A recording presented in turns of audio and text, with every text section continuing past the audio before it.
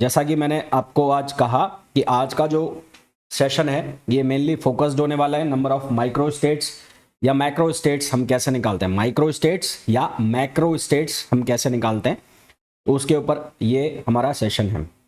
Micro का मतलब है कि जो अरेंजमेंट, मैक्रो का मतलब है कि कैसे हम अरेंज कर सकते हैं किसी चीज़ को, और माइक्रो का मतलब है कि जो अरेंज कर रहे हैं हम रैंडमली उसको ऑर्डर्ड वे में। मैक्रो का मतलब है अनऑर्डर्ड और माइक्रो का मतलब है उसको हम ऑर्डर वे में अरेंज करेंगे।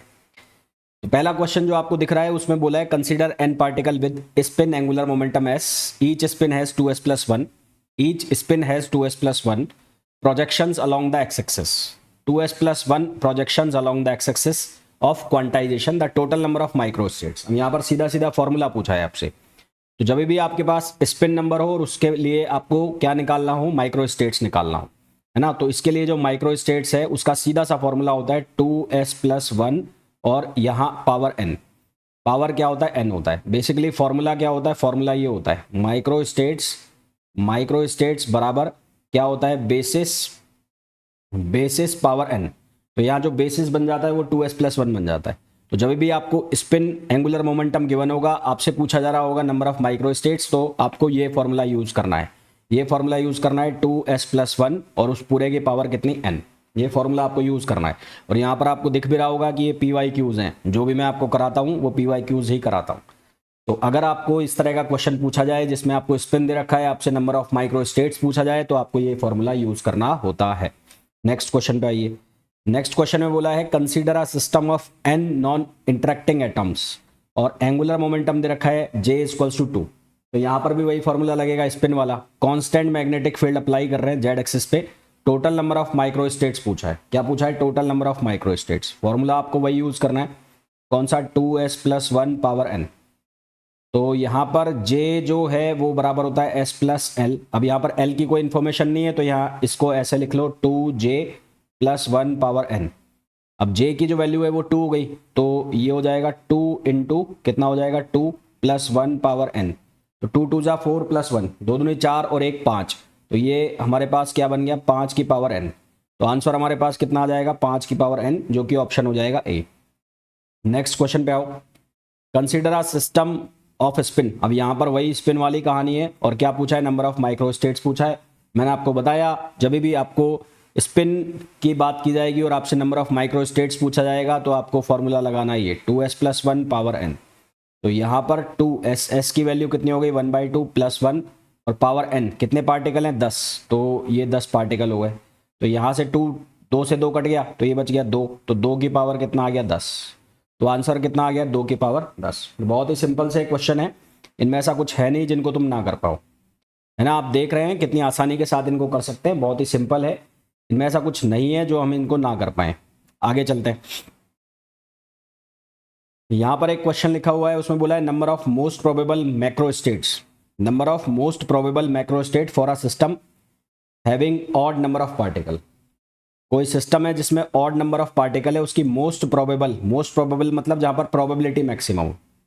मोस्ट प्रोबेबल जो वर्ड है, मोस्ट प्रोबेबल जो वर्ड है उसका मतलब है जहां पर प्रोबेबिलिटी क्या हो जाए, मैक्सिमम हो जाए। जहां पर प्रोबेबिलिटी मैक्सिमम होगी वहां पर मोस्ट प्रोबेबल की बात करेंगे। तो ऑड के लिए, तो for system having odd particles, तो for system having odd particles, तो ऑड पार्टिकल्स जो है वो कैसे होंगे, मान लो आपके टोटल जो सिस्टम है, टोटल पार्टिकल्स है n, तो n टोटल पार्टिकल्स है, तो इसका जो डिस्ट्रीब्यूशन होगा वो कैसे होगा, या तो डिस्ट्रीब्यूशन हो जाएगा कैसे, n+1/2, और या डिस्ट्रीब्यूशन कैसे हो जाएगा, n-1/2। जब आप इसको डिस्ट्रीब्यूट करोगे, यानी कि जब आप इसके लिए नंबर ऑफ वेज निकालोगे, तो नंबर ऑफ वेज का तरीका क्या होता है, नंबर ऑफ वेज जो हम निकालते हैं वो निकालते हैं factorial n upon factorial r और n-r। ये हम नंबर ऑफ वेज हमारे पास फॉर्मूला होता है। तो अगर मेरे पास n ऑड है, तो n फैक्टोरियल हो गया।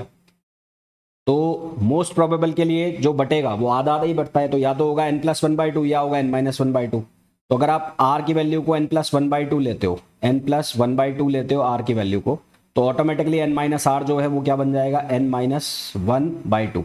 और यदि आप r की वैल्यू को n माइनस 1/2 लेते हो तो ऑटोमेटिकली जो n माइनस आर है वो क्या बन जाएगा, n प्लस 1/2। यानी कि इसके दो ही क्या हो पाएंगे, दो ही इसके मोस्ट प्रोबेबल मैक्रो स्टेट्स बन पाएंगे। एक होगा n प्लस 1/2 के लिए और एक होगा n माइनस 1/2 के लिए। तो आंसर इसका कितना आ जाएगा, इसका आंसर आ जाएगा 2। अगर यहाँ पर बोला जाता इवन, अगर यहाँ पर बोला जाता इवन स्टेट है ना, फॉर इवन नंबर, तो इवन नंबर के लिए सीधा सीधा अगर मान लो इवन नंबर n होता तो उसकी एक प्रोबेबल स्टेट आती, वो कौन सी आती, n/2। सीधा सीधा एक हाफ हो जाता तो ये पीक बन जाता, और ये पीक बन जाता तो उसकी कंडीशन में एक ही आंसर आता। तो अगर यहाँ आपसे पूछा जाता most probable macro state for a system having even number of particles, अगर यहाँ आपसे इवन नंबर पूछा जाता उस केस में आप आंसर लगाते 1। यहाँ पर आपसे पूछा गया है ऑड नंबर, तो उस केस में आप आंसर लगाओगे 2। तो इस चीज को ध्यान रखना मेरी, ऑड नंबर वाले में 2 और इवन नंबर वाले में 1। ये क्वेश्चन बहुत बार पूछा गया, सीधा सीधा क्वेश्चन आता है। नेक्स्ट हमें पूछा है 4 molecules are to be distributed in 2 cells. 4 molecule हैं, 4 मॉलिक्यूल जिनको 2 सेल्स के अंदर डिस्ट्रीब्यूट करना है।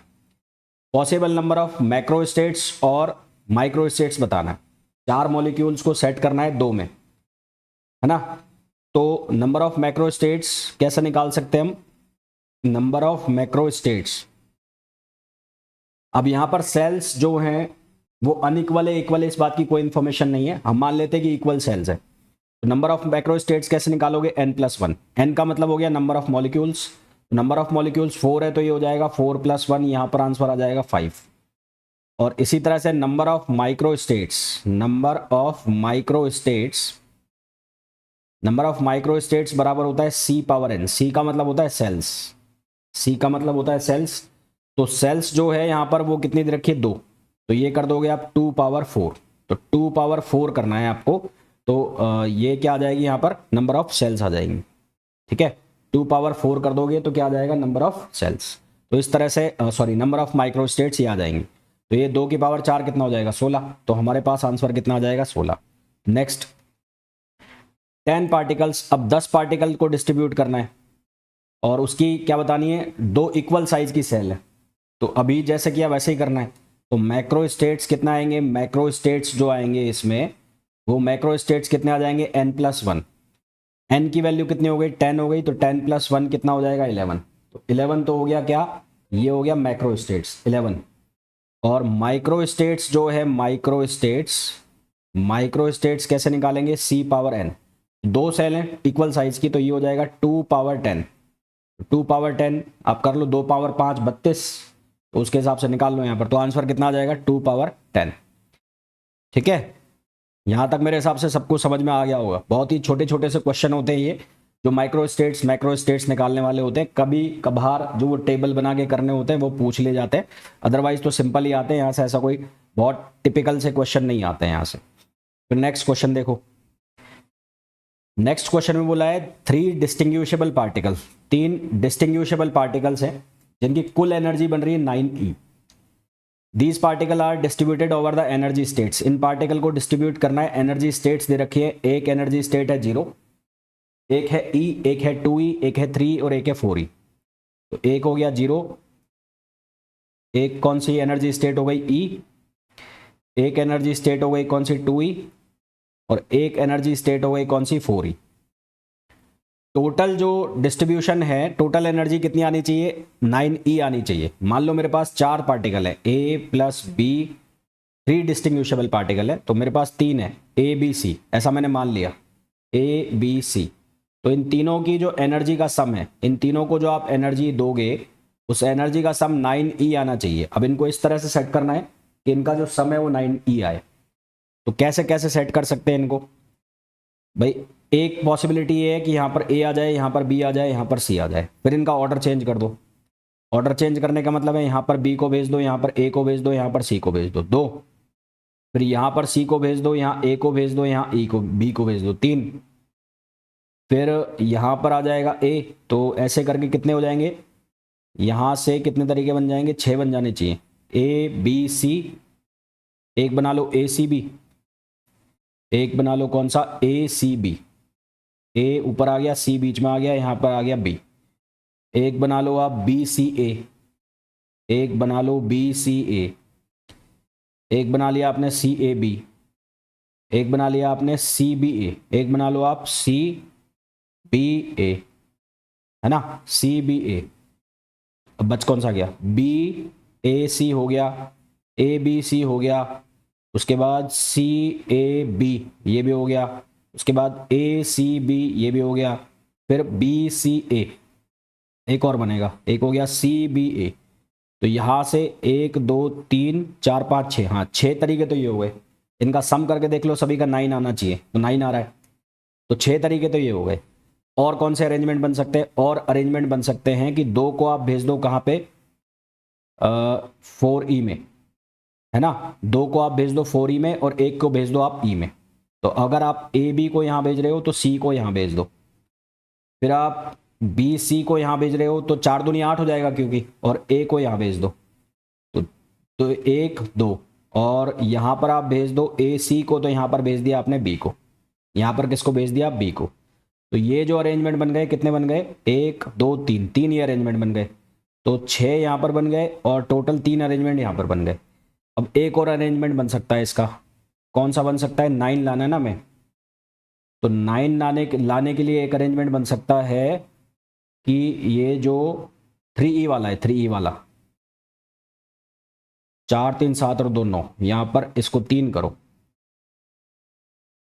इसको 3 करो, इसको 2 करो, और इसको E करो, इसको E करो, और ऐसे ही यहाँ पर जो मैंने भेजे हैं ये 4E वाले में भेजे हैं और ये E वाले में भेज दिए।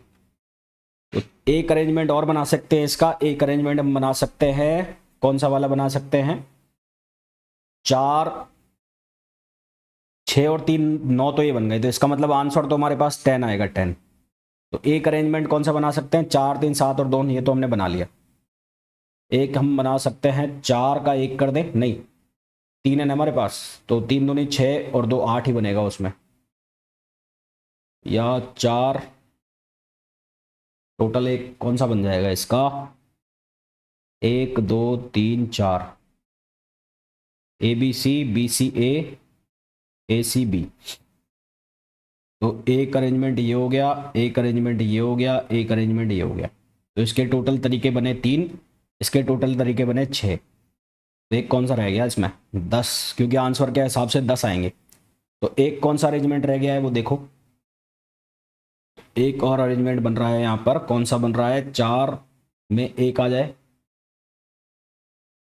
और 3 में अगर मैं 2 कर दूँ तो 3 दूनी 6 ही बनेगा वो, फिर वो तीसरा 8 हो जाएगा, उससे नहीं बैठेगा। अगर 3 नहीं, 2 में तो जाएंगे नहीं तीनों, 1 4 में जाए, 2 4 में जाए तो भी 8 ही होगा, और 4 दूनी 8 और 1 ए, नहीं उससे भी नहीं बनेगा, 3 दूनी 6 और 2 8, कौन सा अरेंजमेंट बनेगा, टोटल आंसर 10 आ रहा है। एक और अरेंजमेंट चेक करना है, एक कौन सा बन सकता है, तो टोटल अरेंजमेंट इसके 10 बनेंगे। तो ये 9 तो मैंने बता दिया, एक मेरे को अभी पकड़ में